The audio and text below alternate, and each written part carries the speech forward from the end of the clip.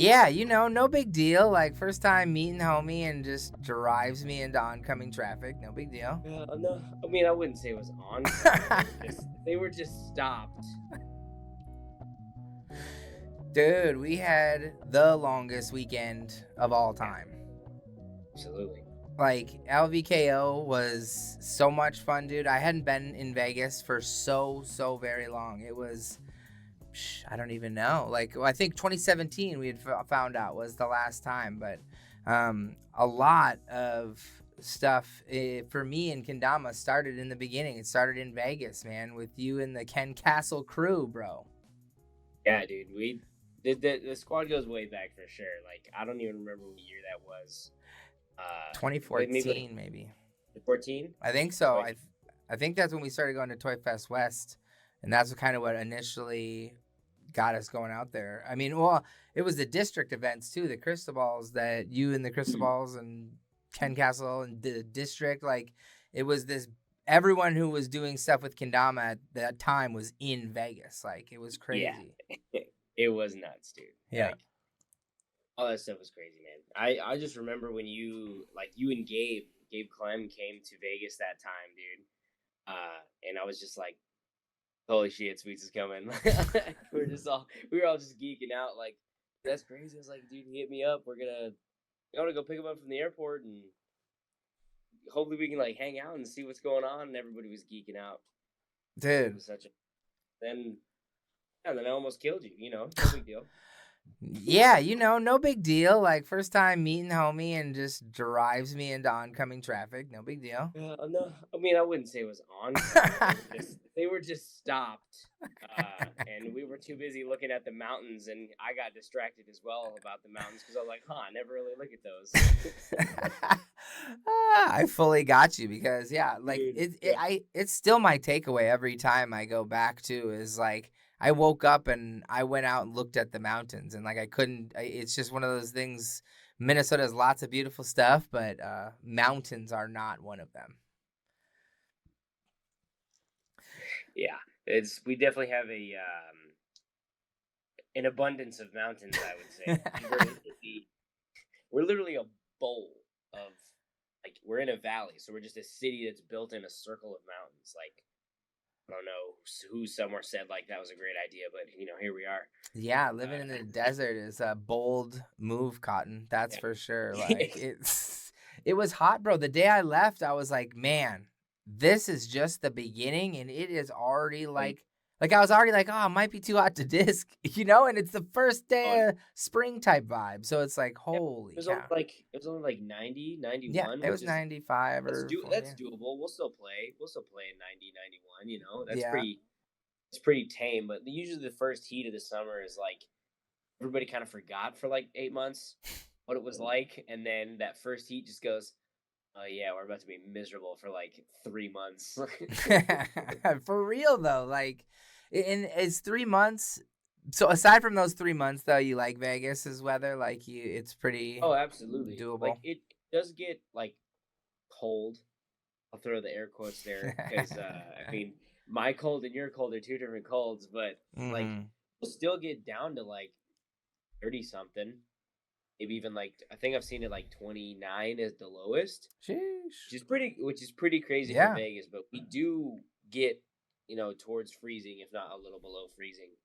That's as cold as it'll get, most likely. Yeah, yeah. No, But yeah, other than that, yeah, I got home and it was 60 and I was feeling like, yeah. oh, I don't mind living in Minnesota, I guess, like I guess I'm fine just wearing my sweatshirt today, whatever. That's Yeah. pretty chill. I'm shorts and a t-shirt for the next like 3.5 months.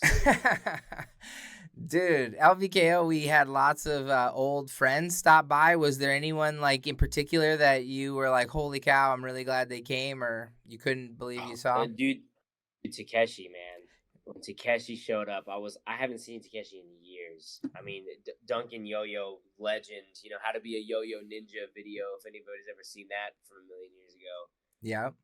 Yeah, he always would come around like at the jams and stuff, and he'd come over to me and Justin Clement and be like, "Hey, I'm not as good as you guys, but I have like these ideas. Can you guys just try and see if it's possible? Like, because my brain's thinking of this stuff, but I just can't do it. Mm-hmm. He'd always come up to me and JC and be like, "Hey, do this, do that," and some of those tricks ended up being in like edits or like because we posted on IG because we were like, "Dude, that's the craziest thing I've ever like tried to figure out in my life," and it was all pinheaded by Takeshi giving us the idea. Dude, Takeshi is the man. He's at the top of my list too. And it's funny he hasn't aged like a day since we saw him No, he looks the last. same. Like, yes, you know what I'm saying? And the Vegas Sun's doing him right. But like it was he posted today actually, bro. He reposted one of his old kendama Yeah, clips dude. and he was getting a lot of love, and I was glad that he like posted that stuff cuz it's all his tricks were always so unique that it wasn't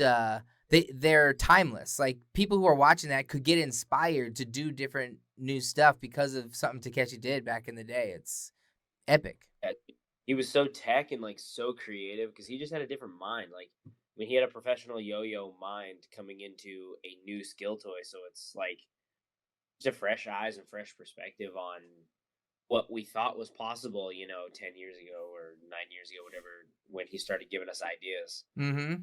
Yeah, It's insane. he came up to me with the Dama he was playing with, and it was a freaking like F3 sword, res cups, and Oof. Red Bull Kitties Pro Clear Tama, Yeah. all circa 2014 Yeah. product. Like Justin was giving him shit too. He was like, "Damn, Takeshi, you're playing with some dog shit. You gotta do stuff, dude." Like, yeah, he was using like a yo-yo that doesn't sleep type of vibe, you know? Like he was using a real old Dama, but it's funny. Like he probably hasn't jammed. Well, no, actually, it's a lie. I asked him. He says he plays kendama every day still. He's like, it's still like a thing that's around my house everywhere. And I'm like, I definitely pick it up and do it every day. And I was like, I was surprised to hear him say that. In like, cause I don't know, you just assume it's another prop that sits around, and he would yo-yo. But he's like, no, dude, Dama is still part of my life. And I was like, that's sick.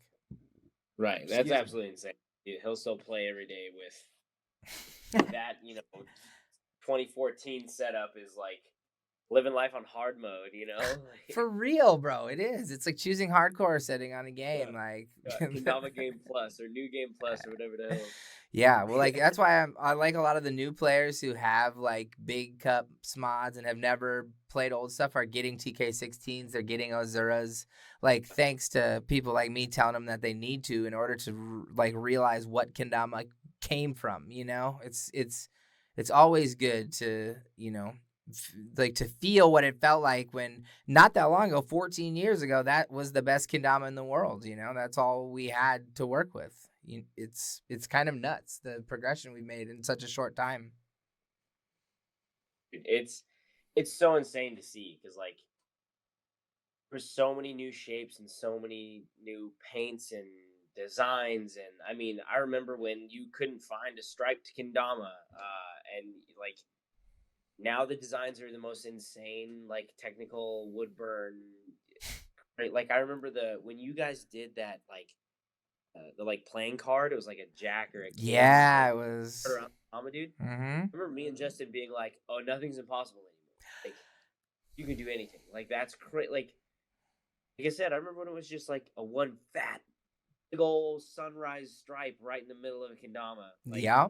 we were like, dude, this is the craziest thing since sliced bread. Like, Yeah, 70-30 was like a big deal like back in the day. The first 70-30 was like, oh my god, do we have tracking? Like, oh, we need to make every Dama like this. Like, oh my gosh. It was like like half split too, dude. Like, half splits were the move. It still is, by the way. I played a half split the other day and I was like, why don't I just make everything half split? Because the whole bottom half is tracking. You know what I'm saying? The ball's going so fast anyways. It's like, I don't know. It's so funny. Like how things come back to where they once started, right? Because look at Sulab. It's just a bunch of stripes. You know what I'm saying?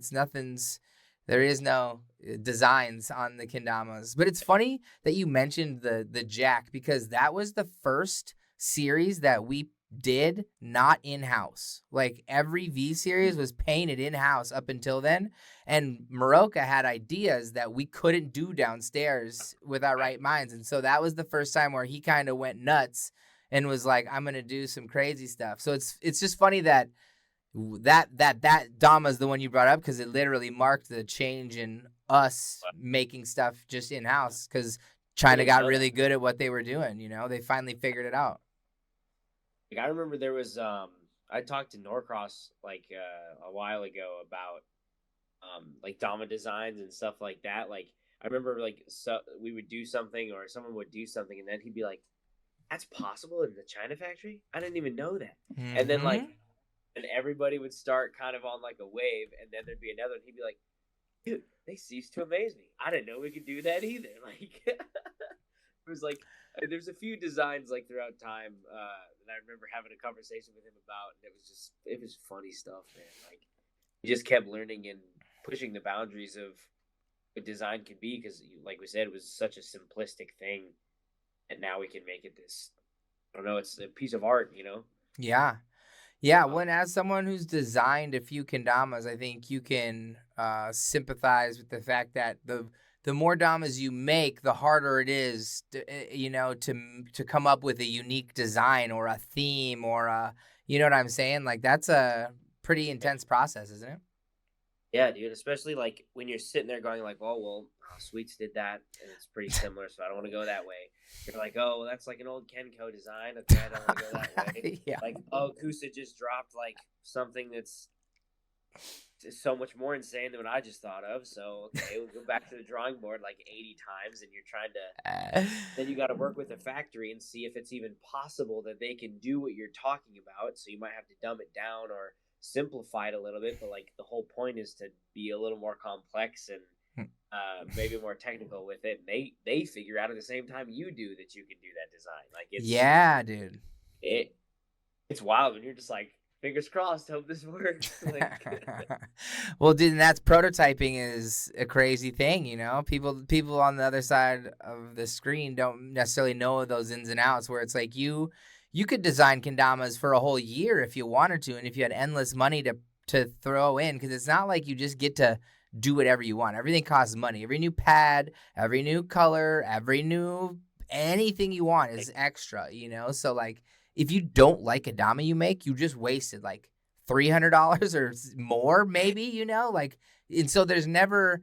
It's not just like I get to do it again or start over. You have to have a pretty solid idea going in, and then, like you said, you work off the factory and see what's best. How many have you designed with Chad and Soul? Because you designed one of the first Vibes. You're one of the few people who are still around from the original Vibe creation. Me and Lyndon, man. That's it. Uh-huh. That's the only people that are around. Mm-hmm. I just joined the team like right when I joined the team. He was like, "Hey, we're working on this new thing where players are gonna like pick 3 colors and like design a Tama." We didn't even call it like Vibes yet. He didn't even have a name for it. Dang. But that was like 2016 or whatever. Yeah, so I have the Slice of Paradise. I conveniently have a lot of stuff on my shelf right now. First pro mod with the wavy lines. Oh yeah. 2017 one. Dude. Which is, I'll never do anything better than that for the rest of my life. Dude, the wavy line. I was just putting wavy lines as a center stripe yesterday and did the. Oh, I think this reminds me of a Dama, and I pulled up your first mod, and I was like, "Yep, I knew it." Like it's. That was when I literally happened yesterday. Norks said, he was like, "Dude, I didn't know we could do different wavy lines like that." And I said, "Neither did I." Exactly. Gave them that of what it was, because like, and then it just worked out. But I have and there was an old Yumu Pro Mod design that never got released. Oh, that's right. You were on Yumu for a little bit, huh? Hold on. He said I have like a grip of stuff over here. Yeah, let's do a little show and tell. Why not? Get this. I don't know how we got to this point, but I like it. Everyone who's listening to this podcast, go to YouTube and watch, because Kevin's about to show us. I'll describe all the amazing Damas we're seeing. freaking. So this is like, I don't know if it might be hard to see or whatever, but I had to design this for Yumu because they couldn't do the slice of paradise. Oh, you brought The that slice of design to paradise. them. Yeah, so the slice of paradise was my first ever, like, it was gonna be my pro mod for Yumu design. Crazy. I And they didn't were know like, that. yeah, they were like, Sick. you can't do that. And I was like, well, that's a bummer. Yeah. So I went with this instead, and it was supposed to be with you remember those like the Saturn Vulcan Of bands? course. So it was supposed to be that. They were just like, oh, so it's basically gonna look like this like matte purple with this like lime green or whatever. Mm-hmm. Conveniently, some like sweets colors. I didn't even think about it, but then I put these like north arrows kind of going up both sides of the can. It's like we're in North Las Vegas, and that's where Ken Castle's from. And I had the old school Ken Castle logo on here. That's like super old that my cousin made years ago. Dang. Um, then he gave me this other one. You can't even see it anymore, but it's a gold stripe. It's all weared away now. Wow. There was a gold stripe around this Tom, and it was another version that they gave me. I Sick. conveniently used this exact setup to win Out of the Border 2016. No way. And that was before, it was like my last like tournament with Yumu. And then I left and went to Seoul, unbeknownst to me after that. Like it was weird, interesting little time there. But Yeah, yeah, and then crazy. I this didn't one, know it of was that course. recent. I thought that's crazy. I Yeah, mean, dude. recent is weird. Weird, I guess, because it's 2017. But it's I didn't. I thought I Right. just assumed you've always been on Soul. I forget. Yeah, the early Yumu days from 2014 to 2016. Yeah, crazy. Yeah, you were repping And then hard this, for them, bro. You were putting up banners. You were doing all kinds of stuff, huh? yeah, dude. It's Yeah. I did so much work to try to get them like out and more well known within the community because I knew a lot of people didn't even like really know what Yumu was, and they were Mm-hmm. like, "Oh, that's a sweet like oh your Dama kind of looks like an old Kenko or like an old like Sweets Dama," and I was like, "Little do you know they were made in this factory," and they were like, "Wait, what?" And I was like, Mm-hmm. "Yeah, you didn't like most people didn't even know that," and it was just funny that they thought Yumu was like this knockoff, uh, like Kenko and Sweets, like early Sweets and Kenko brand, and I'm like, dude, they're the same technically. They're all made in the same factory at the time. So, Yeah. dude, it was wild, man. And I just did whatever I could to get Yumus in people's hands, and the amount of like solo trips where I would just bring a suitcase full of Yumus and then like a backpack full of clothes just at any event and just try to get a booth and Dang. Yeah, sell dude. my. I forget those days, bro. You were a People grinder. don't know. People don't know my grind of like I'd be the only one on the team that could travel because it was like me, Aldrin Aseke. I think that's how you say his Yeah. last name, but just Aldrin. He did a whole bunch of Sat Kendama videos, and then this guy Ty Wilson, who kind of left a little later, and then all the other players were from Taiwan or China. Mm-hmm. I was the only one going to all the freaking U.S. events, and so I would go to the event. I would do my best to compete. I would run the booth by myself and sell the product, and then try to network and get Yumus in people's hands by giving stuff away and and like dude, it was every event. Like it was so crazy. Dang. I'd be sleeping on the homies' floors, like hotel room floors. I've Yeah. definitely slept in a suites room before. Yeah, for sure. And were you doing I like was were like, you were hey, you profiting off the Damas at least? Like were you at least making some scratch along the way? I was making a little bit along the way. Like I definitely wasn't going super negative or nothing, but I was like making enough to continue to do that. Like, Yeah. but that was the incentive. They would keep a percentage, and I would keep a percentage of like the wholesale price, and so it ended up working out. And even back when we were doing, do you remember Totally Thomas Of toy store? course. Of course. Yeah, dude. I did one down in Escondido. I did like a product launch thing for them years ago, where like a whole bunch of kids came, did like workshops with them and the parents, and signing kendamas, taking pictures, selling all my product, and they just loved what I offered and brought, and they're like, dude, we'll buy your whole box that you brought. And I was like, excuse me? Uh They're like, yeah, dude, you did a good job. Like, we're gonna buy your whole box and give you like an extra like 200 on top of it. And I was like, This is the sickest things ever happened. Totally, I'm Thomas like, this was is the crazy. spot, bro. They ran through so many kendamas, but that was during the California boom. That was we couldn't make kendamas fast enough during that time. Like we did a F3 tour that stopped there, and we did a huge thing with our pro mods too. The lady was a woman owner, right?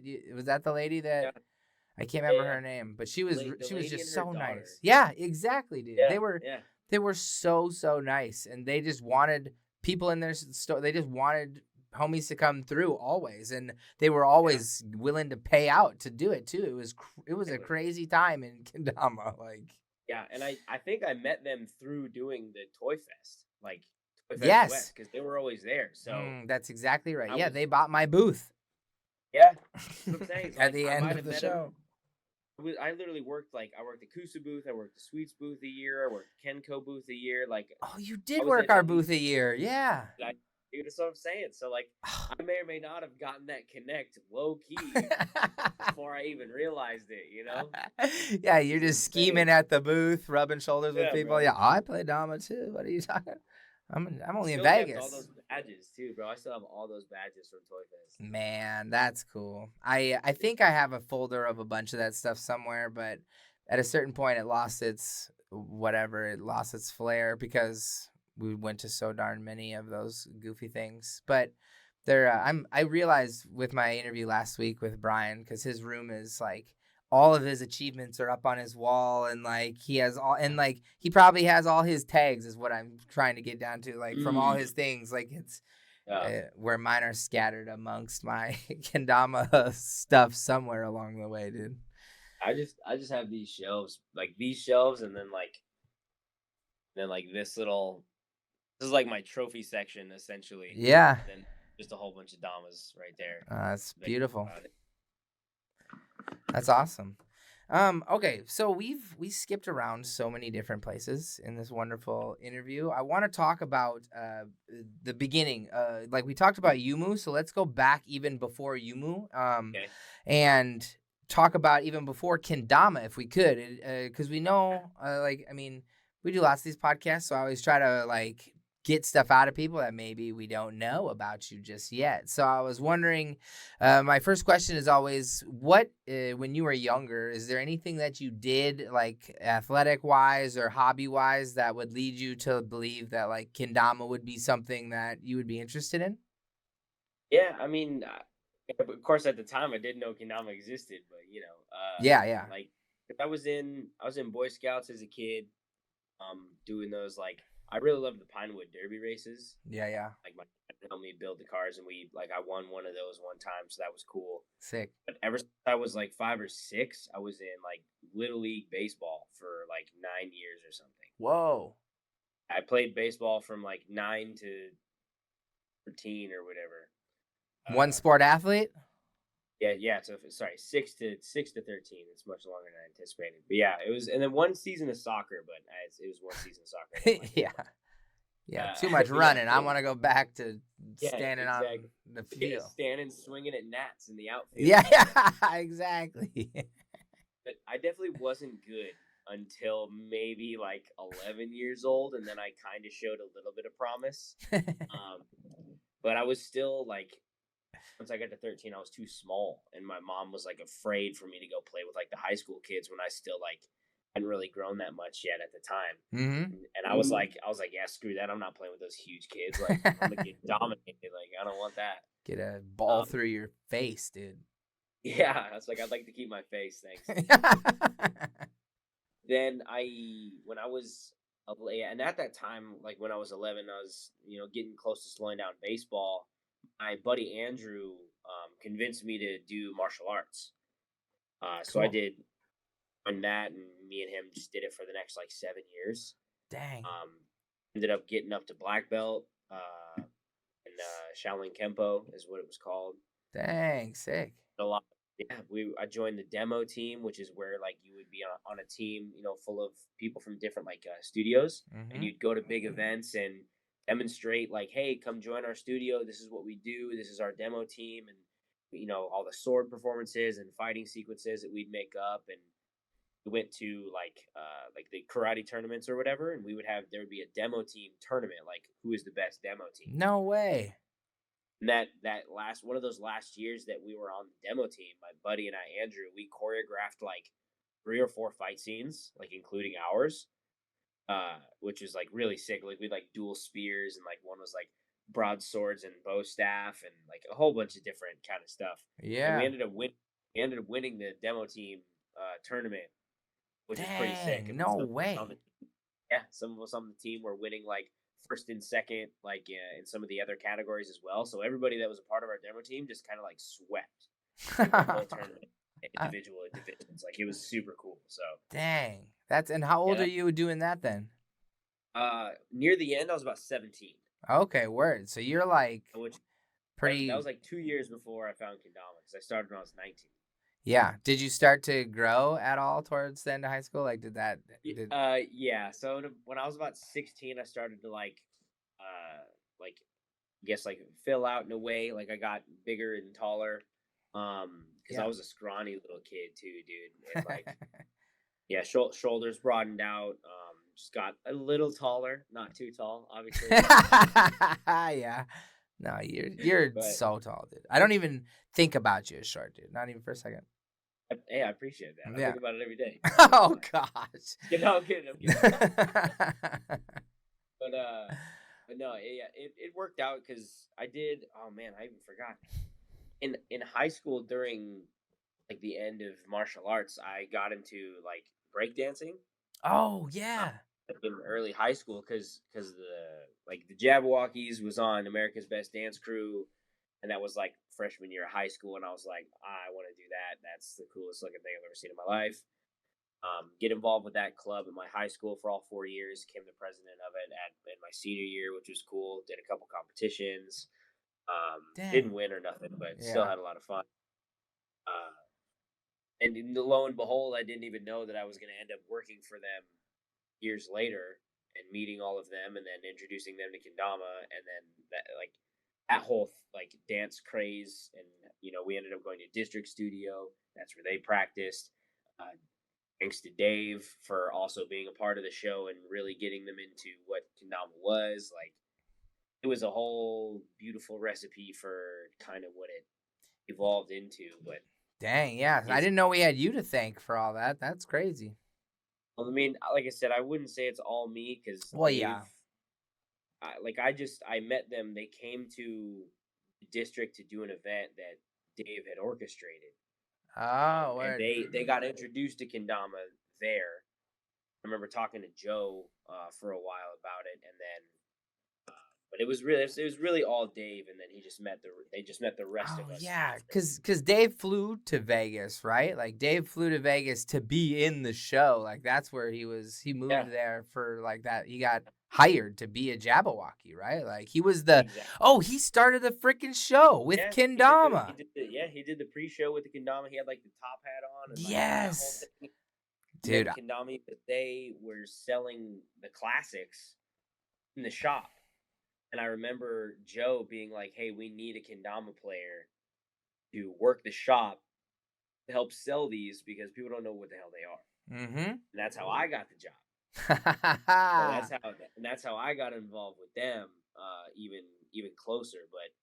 But that first event that we did, like that's when like, the Jabberwockies and like Super Crew and the dance community got introduced to kendama for like one of the first times. Little did we know it'd plant the seed for so many other things to come after that. Yeah. I mean, 7 to Spike, which is, I don't know if who I was talking to late one night about it, but we were talking about how it was such a cool event. 7, and a lot of people probably have no idea what I'm talking about right now, which is why we need to bring it back, because it served a purpose in kendama before there was freestyle. Everyone who's listening, there was 7 to Spike. Like we didn't have a way to compete that wasn't speed ladders until I don't even know. I remember there being like a best trick circle cipher. Yes, thing. yes, sure. That's to me, that's the earliest version of possible freestyle that we had is Yep. you just went in if you had the confidence, and you'd have like a whole bunch of Grammy kids, myself included, and Jake Weens is like, all right, somebody come out and do their best trick. Let's see who's got it. And then you just kind of have to be like, all right, I guess I'll step in.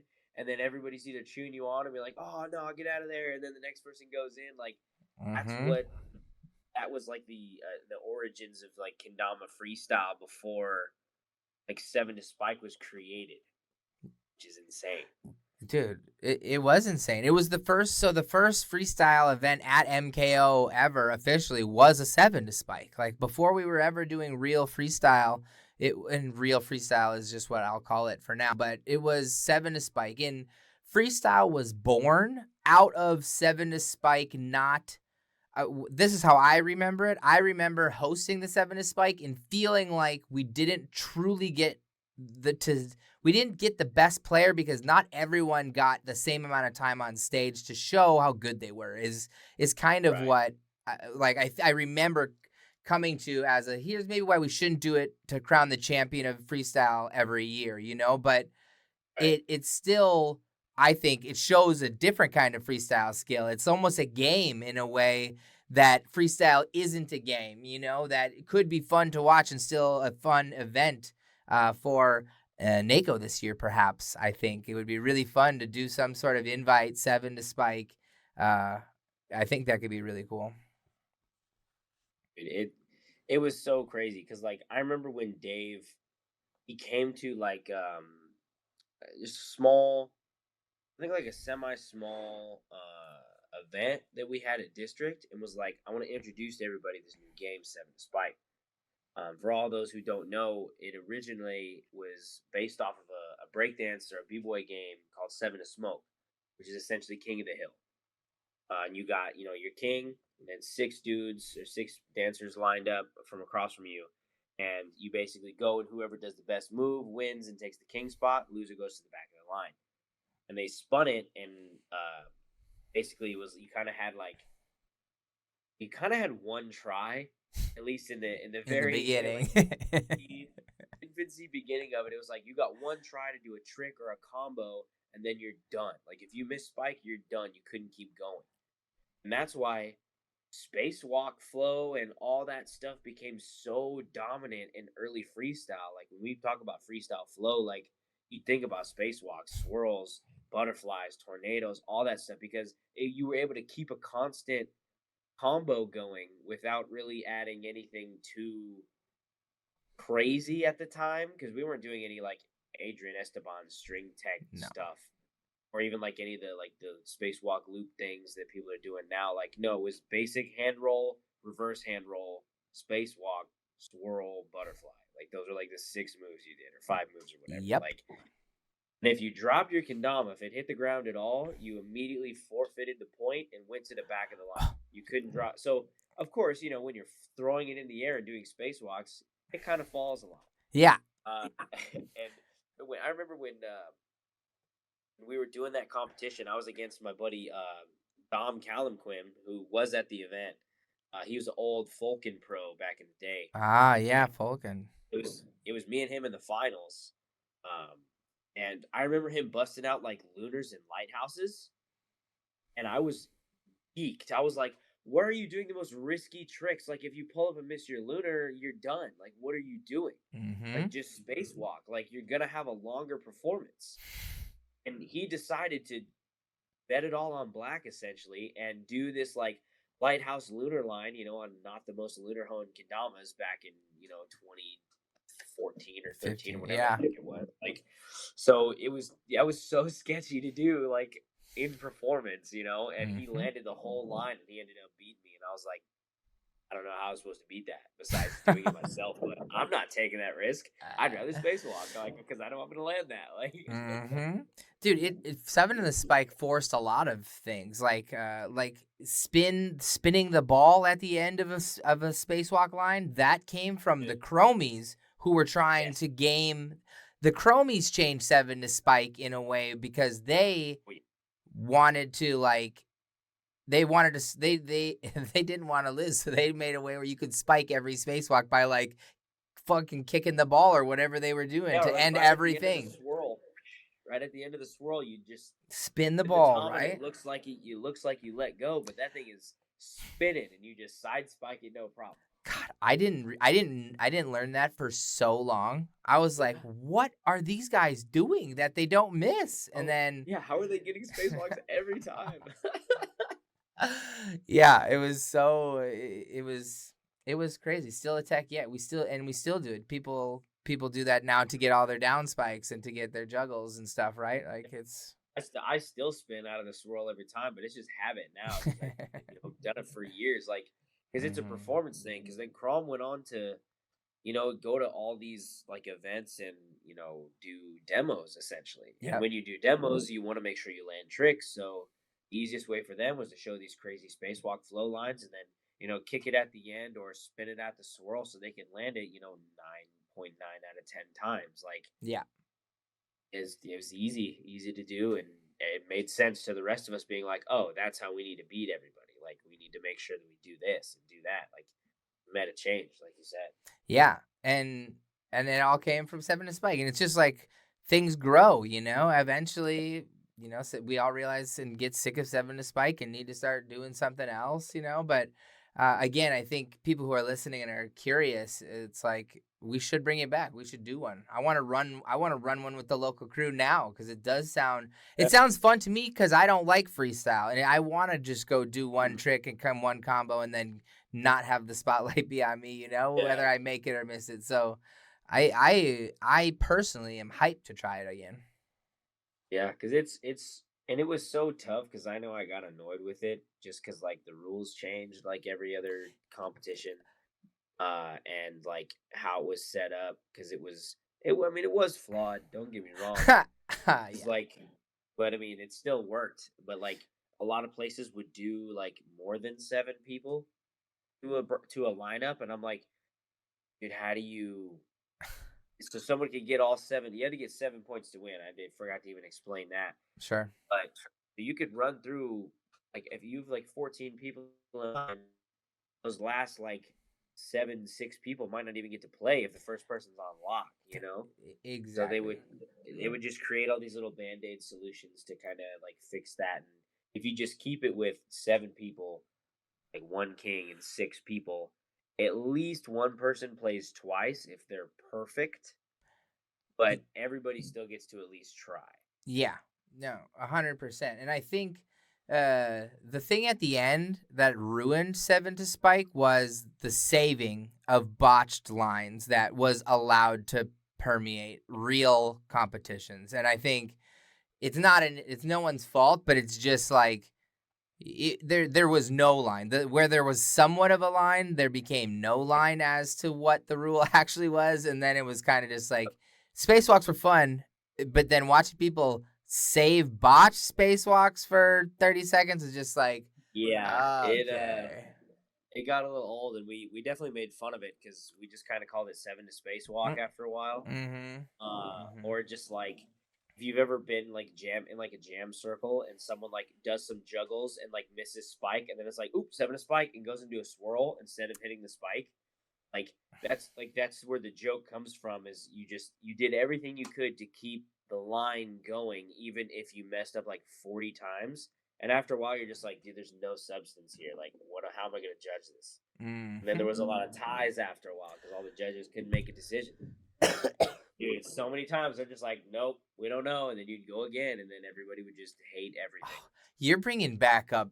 Let's stop talking about this. I literally just got so mad. Like in my own head, I was about to say more things, and I was like, "Yo, we gotta stop," because I'm like actually pissed because that was the least fun time of. As much as I want to do it again, it's like there will be rules this time though that are different for modern day Right. kendama because, like, that's just we won't be having rebounds all day, and we won't be having Right. you know what I'm saying. That's just not how it's gonna be. Like I remember at Brew Battle, um, Adam did like you had a big line, like he had one big line, and I was like, man, I don't know about that. The big line's not gonna be a good time. And he's like, no. If you can't get more than 3 points in a row. So once you get your third point, you got to go to the end of the line. And I was like, okay. So that's gonna make the game go longer naturally. If someone's on a Oh, streak, their third point, they're gonna go, and then if people keep getting on streaks and stuff like that, it's gonna take a long time as well. But I think he did like 25-second rounds. Like you had like 20 to 25 seconds instead of trying to do like just one a trick. It trick was and like, no, leave. you just go for like 20 seconds or whatever, 25 seconds. The other person goes for 25 seconds, then you deliberate, and then you move on.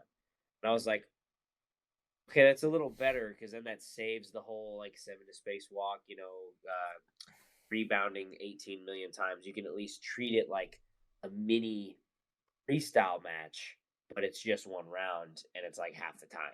Yeah. So that to me was a lot better. I had a lot more fun at that one. I was like, wow, this is the most fun I've had at a 7 spike in a while. Yeah. Dude, So I think there's ways to do it to where you can make it like really super like efficient and cool and not as shisty and all that kind of stuff. yeah. Can I put you on the 7 to spike board for NACO this year? Is that okay? Yeah, yeah, You can put me help on me. board. You can help me legitimize it. Yeah, absolutely. All Just right. I'll tell you what won't work for sure. Definitely been done. I'll be like, that's not gonna work, man. Trust me. Oh, I actually have a super sick idea. I'll tell you about it later on. Okay, so we've just been chatting. Honestly, it's nice having you on. But it's like I just saw you, so I feel like we're just hanging out, having a phone call. Um, we're 7 to spiking. You get on Soul. Let's talk about getting on Soul. Like uh, and then your So competition. I mean, you obviously got to a lot of comps on your own, but after Soul, yeah, I would imagine is when you really picked up going to events. it, you'd be surprised that it might not have been as soon as that. Oh, There was, sorry, I have my notebook will tell me. I have this thing that has all of my kendama travels in it, and I've written them down since the beginning and wow. filled up pages and gone through. And this is where I've kept track of everything I've done and all of my Dang. like competition career. Um, but for me, it really So started to you may pick have up. had more before you got sponsored. Oh, I definitely did because I didn't get sponsored until 2014, but I had already had success at competitions before I got sponsored, like Yeah. in 2013, early 2014, before the summer. Yeah, you were But it beating definitely me. traveled. Yeah, dude, I'll even recall the first time I beat you. So Oh God, let's do it. so Battle in Seattle, 2014, sweets, Now I know. where that was my first competition as a professional. Uh, I was brand new on Yumu, and that was my first big event that I got flown out to at the time.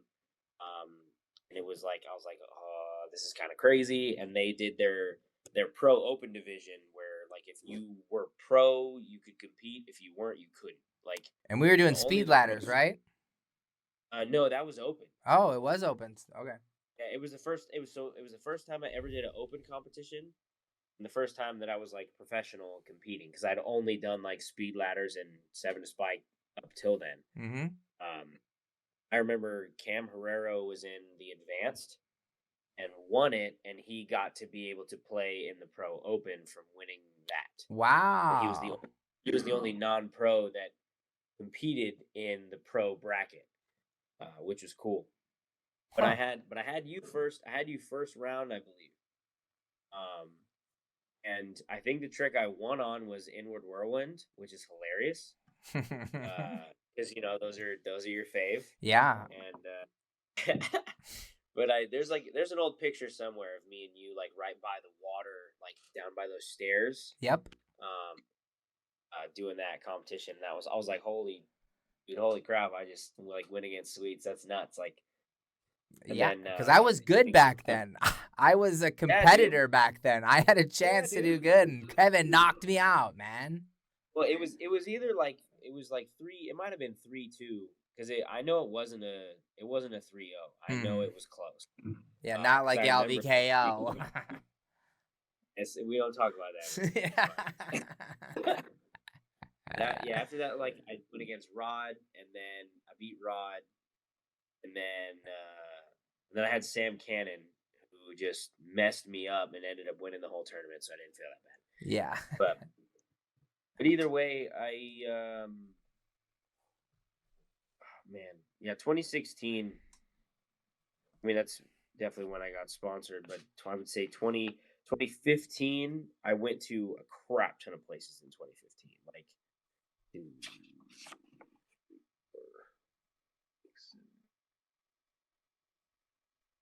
I went to 15 different competitions that year, which is insane. I mean, it's insane that Uh, there were 15 competitions. dude, well, because I remember I was talking to Wyatt about like, oh yeah, dude, I've been to like this many competitions or whatever. He's like, there's no way that you would have to do like more than like 12 a year.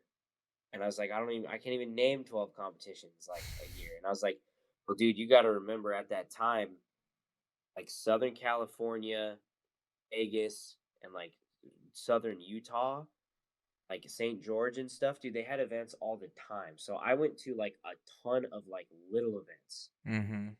That's where I could drive 4 hours or less to any one of them. That's So like sick. it was like every other weekend was like, oh, we're going to LA, oh, we're going to like Orange County, we're going to St. George, we're going to like somewhere in Vegas or San Diego. Like it was Yep. everything was such in reach, and I could drive to every single one of them, so it was a lot cheaper. Stayed with homies, you know how it goes. So Yeah. that's really the reason why I went to so many things is because of California boom and the Vegas boom. We had so much competitions anyways, so it was like this is just free numbers at the time. Not that Yeah. I was trying to make it this deep into how many competitions, Yeah. but Well, what was the after a while, motivation then? What was the motivation? I wanted to be the best. I mean, it's there's like I remember even talking to White about it. I was like, dude, I want to be a world champion. I want to be one of the best non players that ever played the game. Like that was what I wanted, because I'm just such a competitive person and always Yeah. have been. So it just put so much time, and I was like, I just need to keep trying, keep grinding, keep grinding. Like I'm gonna lose.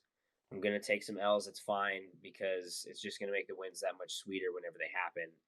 Um, like obviously I didn't become world champion or nothing, but which is after a while I'm just like, this is hard because there's a whole bunch of other people that also want to be the best. So Yeah. I thought it was maybe just me and like two others, and that's all who I had to worry about. But no, little did I know it's like half of the Kendama community. Yeah, bro. It was made some a lot of good friends and a lot of fun experiences from traveling and doing all that, even though a lot of it had to be at my own expense for a while until I joined Soul, and it's freaking Chad's just a wonderful human being and has helped me get to so many places and do so many things that I can't even thank him enough for, Yeah. Yeah, Yeah, it's he's a great. good dude. I definitely know. He having a team is a hard thing to do, man, and we want to do as much for every human on that squad as possible. And it's nice to have players like you who care a ton, man, about the game and about the competitive side of it, because we need that just as much as we need to have fun in kendama. And I would say like is there's a lot of people like I put you in this a very small group of people, which I can only think of Christian Frazier right now, who is like, no matter what competition, no matter what age they are, no matter where, you're never stoked to pull your name and go against you guys. Like you still have the skills to beat anyone on any day, I think, with a little bit of practice, just like anyone. Yeah.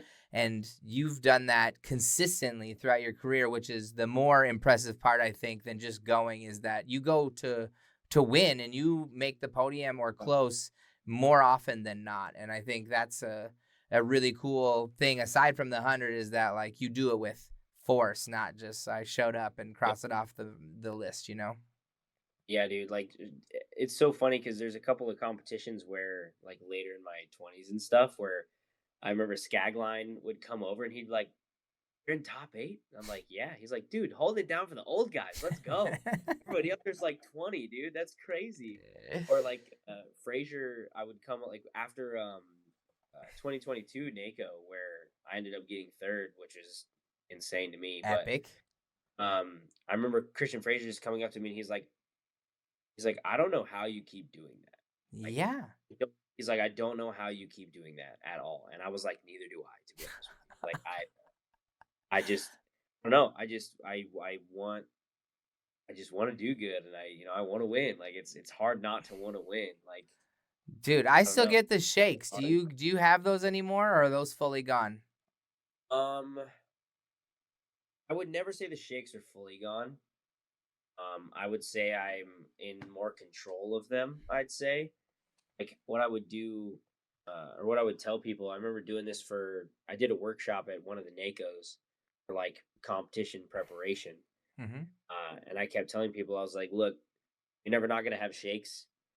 So instead of having them in your hand, try to focus on essentially moving it to your left leg or something, or Wow, move it to your move it to your other hand. So like condense it and move it. I But you'll like still that. have it. Yeah, you'll still have it, but you can focus on it maybe somewhere else, and all of a sudden your right hand is like steady. You're still nervous, but yet you can still kind of control it and feel what's kind of going on. But it's this weird like you got to be really in the zone to kind of figure out how to do it a couple of times, and then you can put it into practice. And it's all a head game, like day of for Yeah, me. it really is. That's a good tip, though. I think honestly, I never Yeah, thought about it that way. Push it somewhere else. just push it somewhere else. Like you're gonna have it. It's impossible. Like I don't think people. I think it's impossible not to be nervous and have some form of the shakes, but you just gotta, like I say, condense it and move it somewhere where you don't want it to, be nervous and quaky. Just be quaky on my left foot. That's fine. I don't need that right now. Like on my right hand to do this still flip. Like Yeah, dude. So has but it no. So is there an event you haven't been to yet that you want to go to? so I never. I mean, Dama Fest West is something I never went to. That I'm bummed that I didn't go, Yeah. and that hasn't really happened ever again. Mm-hmm. But as of right now, in the current, I mean, I haven't been to the newer EKC that's run by Tio. I went to Mm-hmm. the first one that was run by Torkill in 2019. Oh, cool. The Like freestyle one. I've technically been to EKC, but not the one run by Tio. Yeah. Um, I do want to go to that for sure. Yeah. I want to go to a lot more like like Europe and more European competitions that I've never been to, because that's like I haven't really been to Europe that much. But Do in the some states though, traveling. dude, in the states I've been to just a man. I don't want to say everything, but it's close. Dang. I've been to a lot, man. Haven't been to, like I said, there's some newer ones. I know there's the Kendama Madness that's in New Jersey. Oh Hasn't yeah, happened. that looked I dope. haven't Dama been to that. Madness. The New England Classic, I believe is what it's called. Yeah. Oh, that's I haven't been to MJR's that yet. event. Yeah, so I haven't been to that, so I want to go to that. He's talking about making that one kind of nuts this year.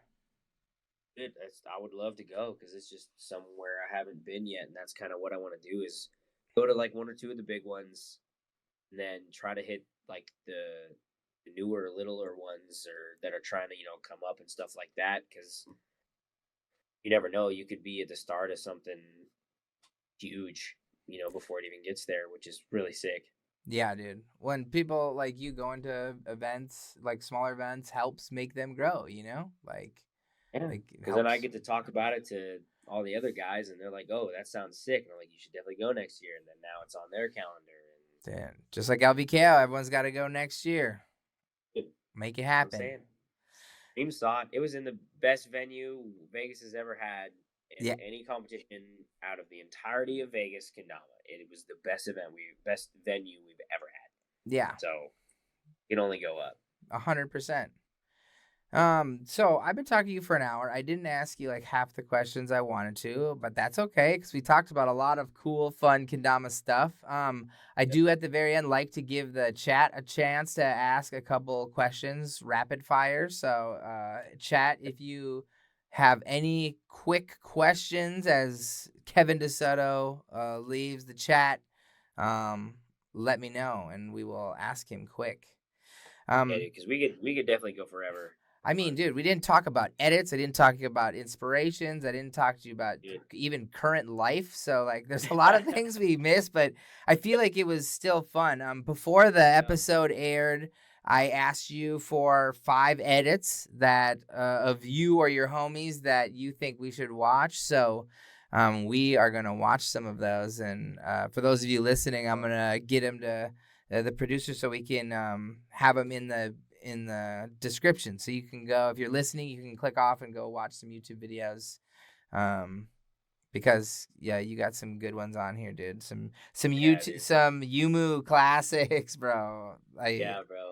Oh, I'm excited, man. So some of my favorite edits, like, of all time are in two of them are in that list. So yeah, one of my personal favorites for sure. Out of the 15 comps that year, how many did you win?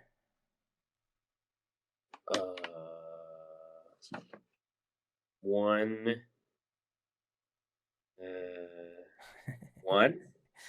One. What was it?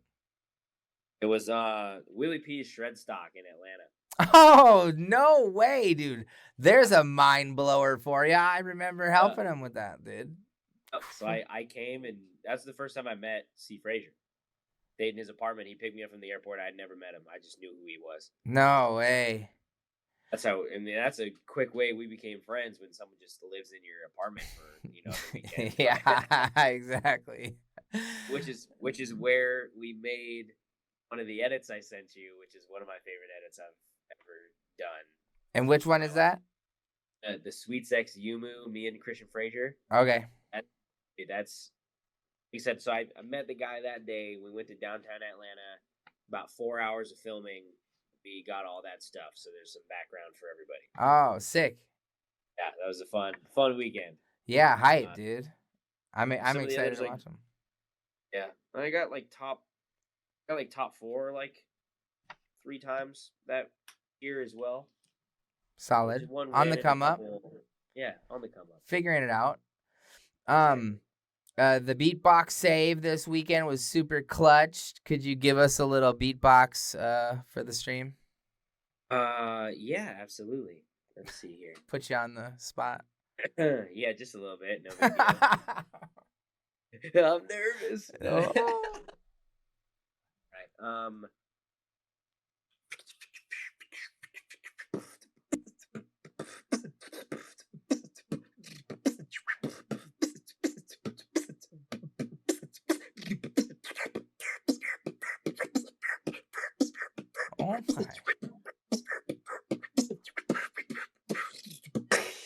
Yeah. Dang! Oh my God, dude, that was epic. I don't know. Thanks, man. I don't know. I've never asked you to do that before, but that was sick. Oh man, that was beautiful. Okay. Best place to grab a burger in Vegas.